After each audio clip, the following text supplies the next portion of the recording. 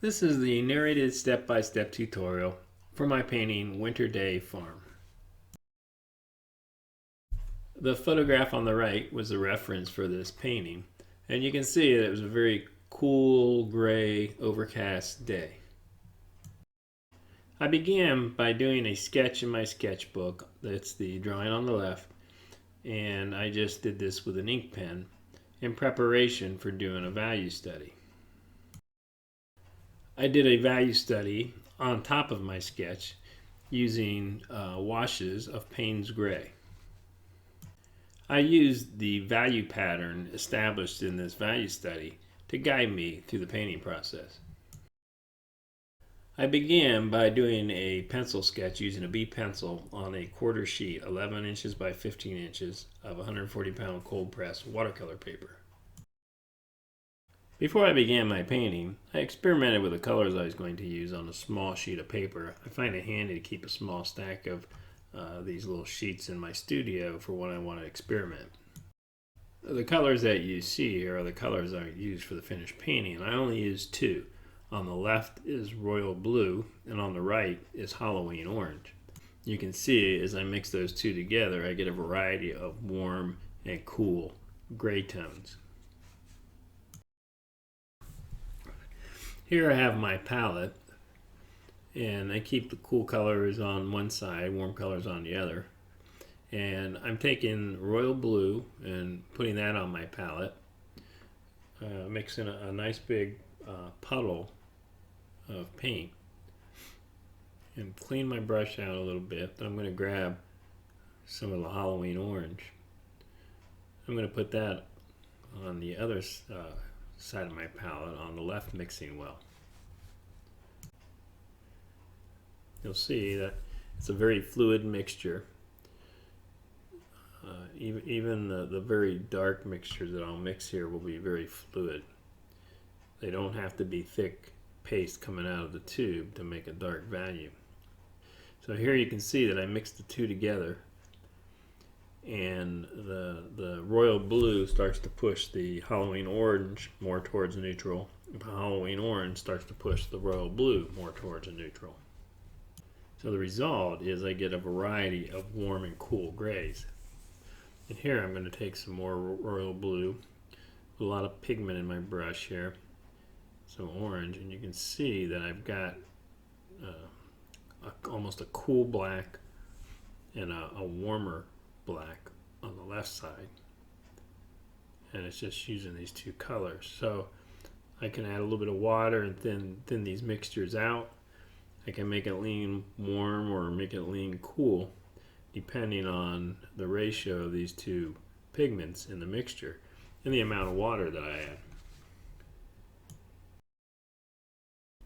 Often when I'm doing a winter scene, I like to have the sparkle of snow flying through the air and over top of some of the darker values. So because I'm working with transparent watercolor, I need to take care of that before I begin to paint, because I can't come back in towards the end and add this. So I take liquid masking fluid and a toothbrush, and I always rinse my toothbrush with a little soap and water first so that it cleans up easier. But I take the liquid mask and I splatter it, either pulling back on the bristles and letting it go, or tapping it on my wrist and using that technique to create a splatter. So the two different techniques will give you a different type of a mark when it hits the paper. So if you decide to give this painting a try, you don't have to use this splatter. It's just something I like to add sometimes to the winter scenes. And this is the only place I'm going to use the masking for this painting, is just to create this feeling of snow flying through the air. As I begin to paint, remember that the painting is just done with the two colors, Halloween orange and royal blue. So these gray tones that I'm getting are just a variety of mixtures of those two pigments with different amounts of water added. So when I add the two colors together, they move one another towards neutral, and as I add water, it adjusts the value. If I make a very pigment-rich mixture with both, I'm going to get a a dark gray, very dark gray, or almost black. And if I add the water, I'll get some of these light, warm, and cool tone grays. And I picked the grays to use because it's kind of a cold, gray, winter, overcast day in this part of the country, which is northeast Ohio. And but I'm still working in a variety of warm and cool within my grays. You can see some lean a little bit more towards the blue side, some lean a little bit more towards the orange side. Now I'm putting this wash in with a 1-inch flat wash brush, and I'm painting basically a large middle value over much of the painting, and what will remain untouched will be the areas where I want to have my whites and lights showing. So I'm treating this wash like it's one big shape, even though I'm going over top of the structure and on the ground and over the sky and trees. I'm painting it all as one big shape, and then I'll dry it and I'll come in and I'll do some painting over top and darken my values. If you remember my value study, essentially that's what I did. When I get this laid in here, I'll show you my value study again. So you can see that shadow leads right into the side of the barn, and there's some areas with some darker tones down here towards the bottom of the barn. And then I'll move this wash onto the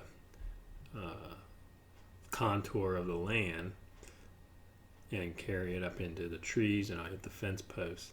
And then in the foreground here is going to be a middle value also.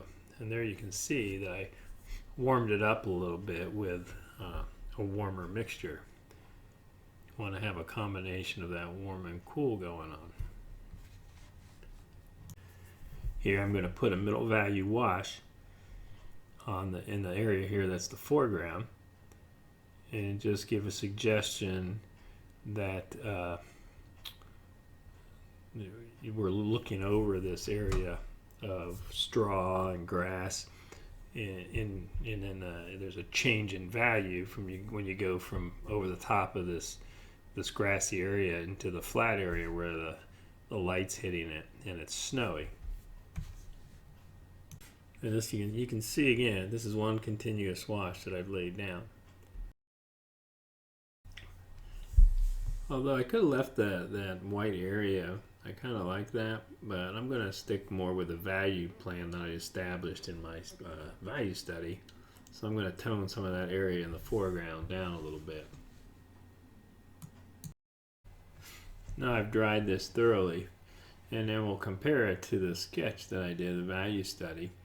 You can see there what I originally had in my value study and what I've got in my painting. I'll move that around a little bit just to see the different areas of that. And there you can see that was my original value study. You can see where the whites are, and now I've carried that through into my painting. I'll pull that up again. So I just have my middle value wash down. I'll be going darker with the values just like in my study. Now I'm going to start to come in with some of the darker values. I'm using a 1/2-inch flat brush, and I'll start to define where some of those shadowed areas might be underneath the overhang in the roof, the sides of the building. And even though I'm working with a darker value, I'll still be using a variety of warm and cool tones. Even though I'm starting to work with smaller shapes, some of them are still connected and act more as one larger shape. You can see I took that darker value underneath the roof there in the front, but I've carried it straight into the darker value that's on the side of this barn. I'm just going to work that wash down. You can see that I changed over to a warm tone. I'm just going to bring it down the side of the structure. And I normally try to go back and forth with the warm and cool, and but I still try to keep one dominant over the other. I don't want it to be equal warm and equal cool. Here I'm using a cooler mixture, And when some of this dries, it's going to be more of a dark middle value. It's not as dark as it seems when it's first being applied. Here you can see that shape from the side of the large barn ran right into the side of that building that's behind it. And I'm going to take some of that value and paint that inside that doorway there. So right now I'm still working with a 1/2 inch brush. And if you tend to work with tiny round brushes, try and break that habit and use some larger brushes. It could be round or flat. I like to work with some flat brushes, and you can make some linear marks just as I am here, using the end or the side of the brush or the corner. Try and get more out of your brush. And if you do work with teeny tiny brushes, if you start working with larger brushes than what you would normally use, you'll start to loosen up. Now there's some doors here that I'm going to paint. And there's 3 of them with just a small structure element in between them. So here you can see I'm still working with a 1/2 inch flat brush, and I'm just turning my brush to get the type of mark that I'm after. And here I'm using some warm and some cool once again. There's a couple trees in the distance behind this structure. So I'm going to take a middle value here and put that right over the edge of that structure. I think I want to soften those edges up a little bit, so I'm just going to hit it with a spray and let those edges soften a little. Now I've switched brushes, and I have a quill brush I like to use for some more detail type work. Holds a lot of paint, has a fine point, and now you can see how dark I've gone with my values. So this mixture here is dark and cool, so it has a lot of royal blue in it, with just a touch of Halloween orange, just to drive it a little bit more towards neutral and make it not so blue. And I'm just going to fill in some of these dark areas here.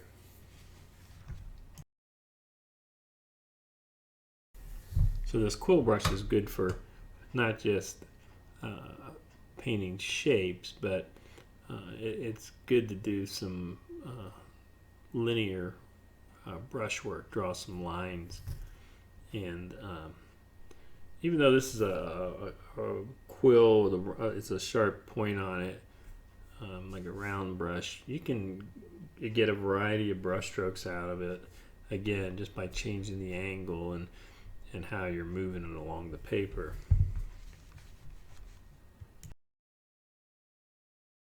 Here I'm working my way around the building, getting this area that's fairly dark and getting some of these windows, some of these smaller window shapes with a dark value here, using a dark cool wash.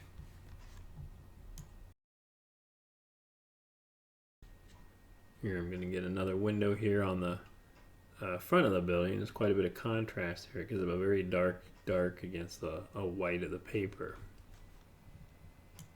Now here I'm going to do some more linear brushwork, just using line. Line is an important design element, and a lot of times I think it's underutilized. Here I want to bring in a darker value to pick up the underside of the overhang of the roof.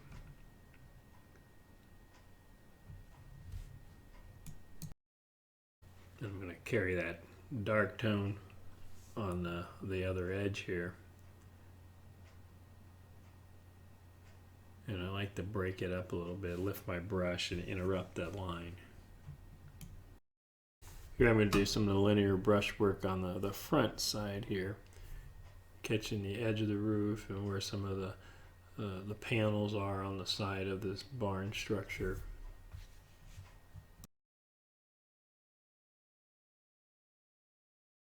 Here I'm going to use a little bit of the darker value to indicate where the vertical and horizontal planes meet there at the base of the building structure. Catch the edge of that roof line in the building behind this.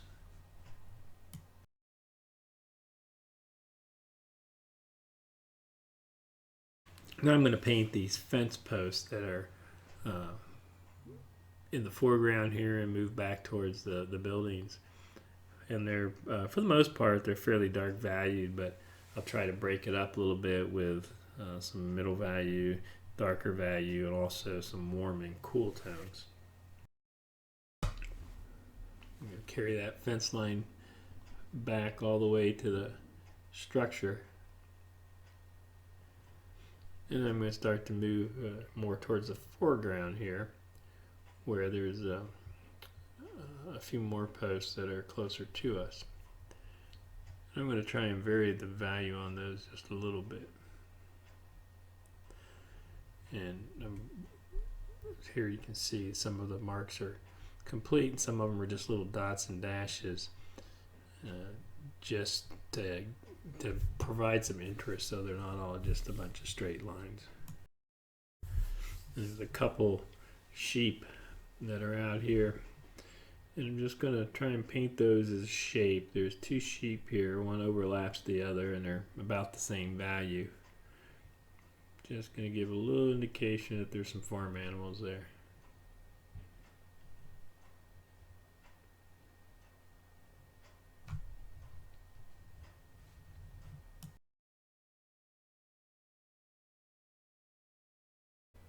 And then there's another sheep here, and just give an indication of that standing out in the yard. It kind of overlaps some of the values on the barn.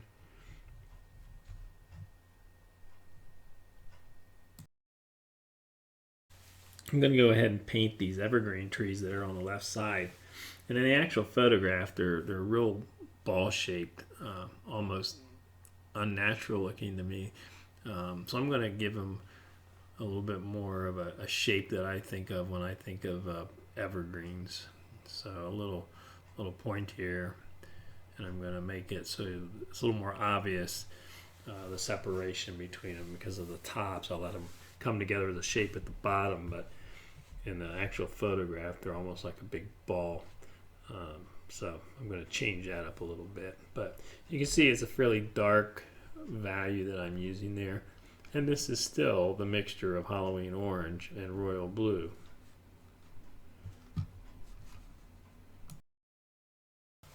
I've dried these tree shapes. Now I'm going to come back with a darker cool mixture that's leaning more with a royal blue influence.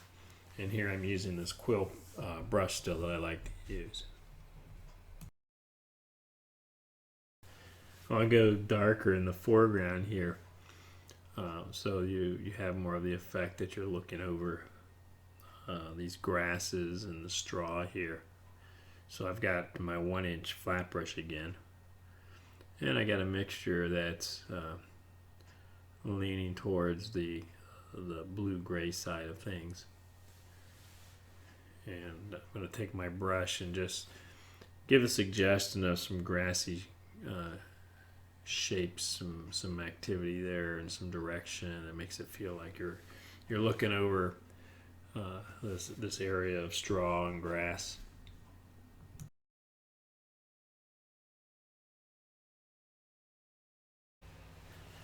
Started to dry a little bit. It's still damp, which is the condition I want to do some scraping. So I have a scraper here, just a plastic scraping tool, and I'm going to scrape some of those grassy shapes into this area of value that I've laid down.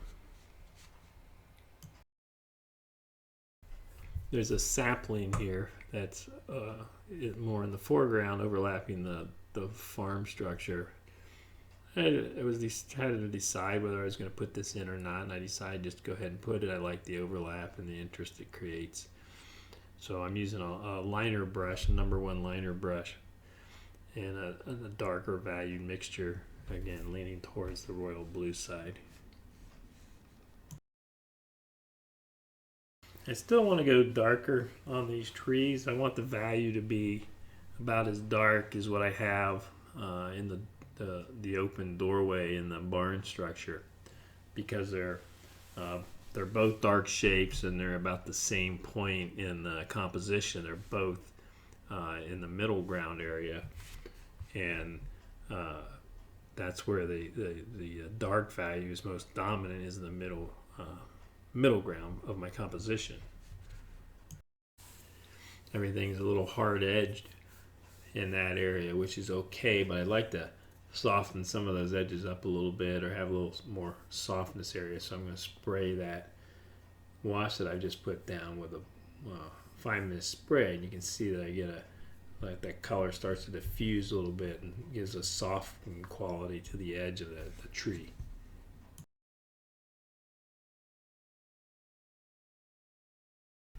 I'm taking my quill brush now with a darker value. I'm just going around cleaning up a few edges and sharpening some edges where I think you could use it, adding line in areas where I think it could use a little bit more. Just little bits of detail that I like to put in when I start to get towards the end of my painting process. Here I am continuing on, taking some of that darker value in some of these shapes, helping using it to define some of the shadow areas a little stronger, or just some irregularities in the contour of the land. There's some rough it up a little bit here around the bottom of the fence post. Just final touches of value. Those distant trees behind this building really lightened up when it dried, so I'm going to come back with a little darker value and put some of that in on the edge of the roof line there, these distant trees, and I'm going to soften that up with a spray. So it helps carry some of that softness from the evergreen trees over into those distant trees. I'm going to do a little bit of that around the barn. Put some of that value down and take the spray and just diffuse that tone and let it run a little bit and get a soft edge there. And here I did the same on the side of the barn and brought that down on the side. I'm going to do that up here in the front. So it helps provide a little unity throughout the painting where I have these soft runs of color diffusing over some of the lighter planes, and so it's not so isolated in one area. I've done it in a couple different areas.